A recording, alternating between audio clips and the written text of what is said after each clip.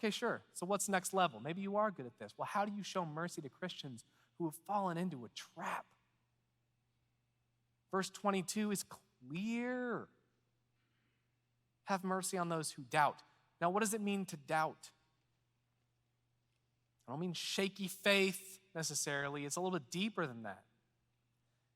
It means doubting that Jesus is all you need. It means doubting that the gospel is the only thing and the only way. It's the creeping suspicion that perhaps you might have a greater role to play in your own salvation. I can't tell you how many times I've experienced this in my life. Adding little things to the simplicity of the gospel. So again, we have to look to Christ for our example. What does Jesus do?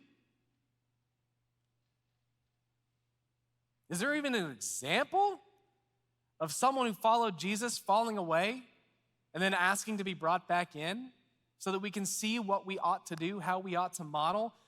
Unbelievably, the answer is yes. John chapter 21. You see, Peter had followed Jesus really closely, said a lot of wild things about what he was about. But when push came to shove, when both internal and external pressures were applied, he denied Jesus 3 times. And you know what happened after that? Jesus was tried, unjustly convicted, crucified, died, buried, rose again. That's a lot to happen.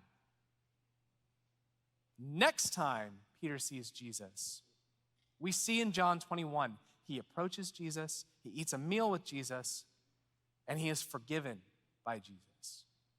This forgiveness is complete, and we're assured of this because Peter is famously among those in Acts chapter 2 who received the Holy Spirit.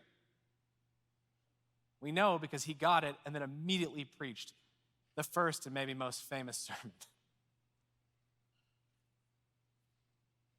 So what's our model? If you want to be strict about it, if you want to follow in Jesus' footsteps, if you want to respond to Jude's call, ask yourself the following questions.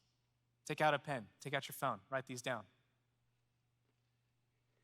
When was the last time you saw someone from this church, maybe even in these halls, and you avoided them on purpose because of something they believe? When was the last time you shook someone's hand on a Sunday only to block them on social media on a Monday? When was the last time you prayed for someone in life group, but that prayer was stealth gossip? And when was the last time you then sought that person out and in humility attempted to reconcile with them? I failed the first test. I'm a total washout in this one. Because showing mercy is unbelievably difficult. It means giving up a debt or experience that you want, maybe even deserve. It means giving up something that could be rightfully yours. It means denying yourself things you really, really want, like a life free from difficult relationships.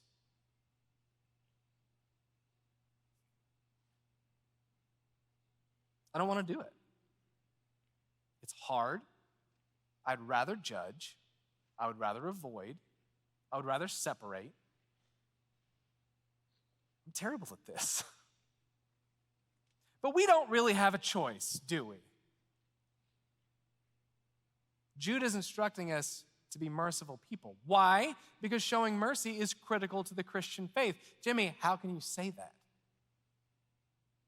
Why is showing mercy so critical to the faith? We got to go back to letter construction now, don't we? Jude's telling us in verses 3 through 4, showing mercy is an act of urgency because church unity is an evergreen, ever-urgent matter.